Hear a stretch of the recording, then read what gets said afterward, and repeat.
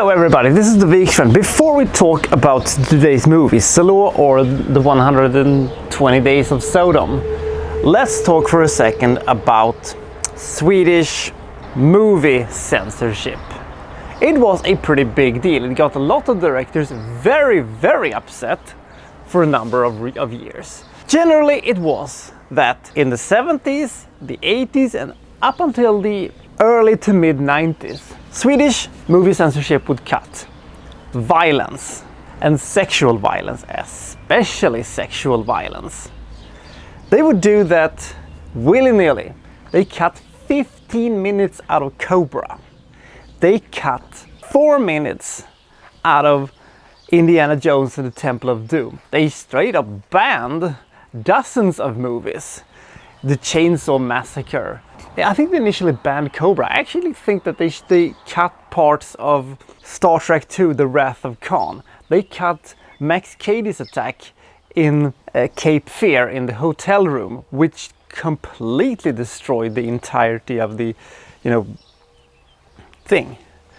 With this said, do you know how much they cut from this bastard ugly movie? They cut 0 seconds. They cut 0 seconds out of this child exploitation of a torture porn, basically. Not a single frame. Do you want to know why?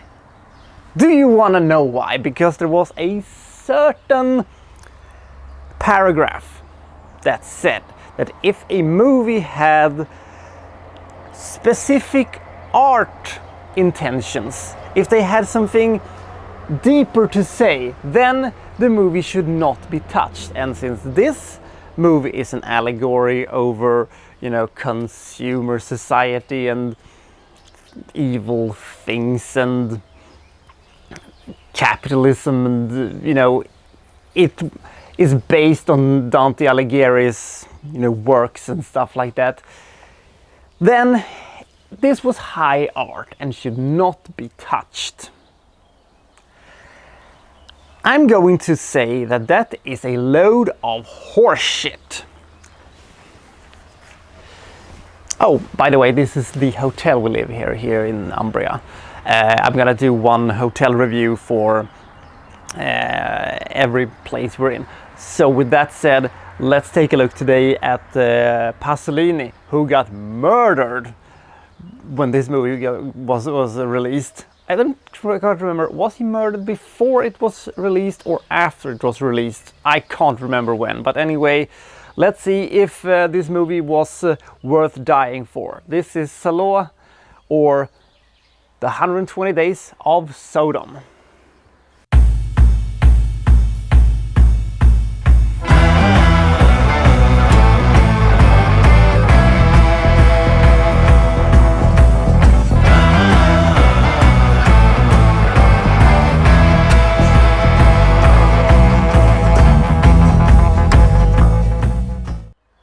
Many people probably don't know that much about the Saló regime, and this is probably also the movie that will make it almost impossible to make a movie about the Saló regime. Now, the fascists was not the Nazis, and they didn't have the same structure, and they didn't have the same laws, and they didn't have the same kind of evil apparatus that the Nazis had. Sure, they weren't very nice at all, but it was not the kind of blood-stained dictatorship or, lunatic thing at the top. It was an autocracy, and as such, it was not the same thing. And Mussolini was actually, he had to quit as being Il Duce. He was voted out. Do you think that could have happened to Hitler? Do you think that could have happened to Stalin? Nope. But he was sprung out of prison by Hitler, by a sort of Nazi command, and he was taken to the northern of Italy where they set up the Saló regime. That was when Mussolini committed probably the only true atrocities that he did. Based upon what happened to the other people who were at the top of the fascist food chain, none of them got even a death sentence. Most of them served low to mid-range prison sentences, because at the time where the Saló regime was, created, they hadn't exactly done anything they could have been punished for. The gas war in Abyssinia, that probably would have been it, but that was mostly Pietro Badoglio's work. Oh, fuck that guy. Ugh. But anyway, in the Saló regime, they made, they made all of these, ethnic cleansings and killing people, and they did some horrible stuff. If Mussolini would have been, stand trial, he would have been, as a puppet head of state, he would have been committed for this. But this is not what this movie is about. This movie is about 4 distinguished fascist leaders who have kidnapped 9 teenage girls and 9 teenage boys, and they are taking them to a villa where they, for the next 120 days, are going to submit them to sexual exploitation, rape, physical and mental torture. Great. That's the entire movie. That's almost the entire movie. This is the only movie in history, the only movie in all of history that I have actually been truly disgusted by seeing. Not this one, not this one, not this one, not this one. Well, ugh. I was disgusted by that one, but not to the degree of this one. No, this movie actually made me vomit. I actually throw up watching this movie. Oh, I'm getting it back now. But is this just a bunch of, is this just a bunch of artsy torture? Yes and no. The thing is that Saló is a movie that is magnificently shot. In the same way that Martin Scorsese, in the classical Am I Being Funny sequence from Goodfellas, he shot that sequence from a little bit of a distance. So you would be like a partition. You wouldn't see, Joe Pesci's voice like, how am I being funny? Because that would have been too much. You got exactly the right desired reaction when you shot it from a bit of afar, and this movie does the same thing, and it also forces you to almost lean in for what's he doing? Is he doing that? And that makes you a participation, in a sense, of this debauchery and horrible thingy. And that makes it even worse. And because of the placement of the camera, everything looks like an art tableau or something like that, and that is what makes the movie actually kind of works. And the voyeurism, where you see, things from afar from binoculars in the end,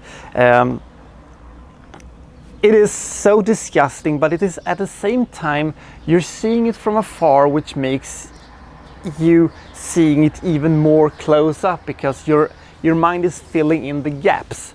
It is impossible for me not to actually praise the movie for doing this, because it is a very well made movie, in the sense that it has fantastic cinematography and it has amazing soundtrack, and the idea behind it isn't too bad. No, wait, it is. It is bad. Whether or not you should see this movie is really much up for debate. I personally don't see this as some kind of artsy allegories over capitalism or consumer society or, you know, stuff like that. I see this as I see Pasolini in this case as a child exploitative and perverted, disgusting piece of shit. However, I might be wrong in this case. If you are the kind of person that wants to see controversial movies, if you want to see movies that, you know, that people say you shouldn't see because it is repulsive for one or the other reasons, then you should definitely see this movie, because you need to knock this one off your list of movies that you should see in order to have seen all the controversial movies of all time. If you feel the slightest bit queasy of seeing very much too young actors being put in positions which is clearly disturbing and clearly horrible, even though many of the actors have said that the spirit behind the camera was friendly and warm. It sure as hell did look that on screen, so I don't know. And if you're easily disgusted, you can't see this movie. You visually can't. I have looked through thousands of movies. Some of them good, some of them bad, most of them in between. But I do know that this is the one movie that made such a physical reaction from me that I actually throw up. No movie has made me do that before that or since that, so it has to be taken into account of that. I don't know really how to properly critique this movie, in a sense, because it's technically very sound, but it is also very exploitative, and it is also kind of repetitive, and it is kind of, frankly, boring at parts. But then Pasolini brings us back with something truly disgusting and horrible. I would have personally liked to see Pasolini make a movie about the actual Saló regime and not this. And not this perverted piece of torture porn, artsy or not. How the hell am I gonna rate this one? After much debate with myself and after much thinking, and I do have to agree that the movie is structured in a very nice way. I have to admit that the soundtrack is stellar. I have to admit that the amazing cinematography and that the intention of the movie, ill or not, has to be praised for something. After some deliberation with myself, I have decided to give this one the rating of 47. If that is the right thing or not, this is one of the very, very rare occasions where I am unsure of the rating. I'm still not sure, several weeks later, whether or not this is correct or not. Well, I'll see you next time from, well, so-and-so reviewing, well, such and such. Thank you for watching. Thank you very much.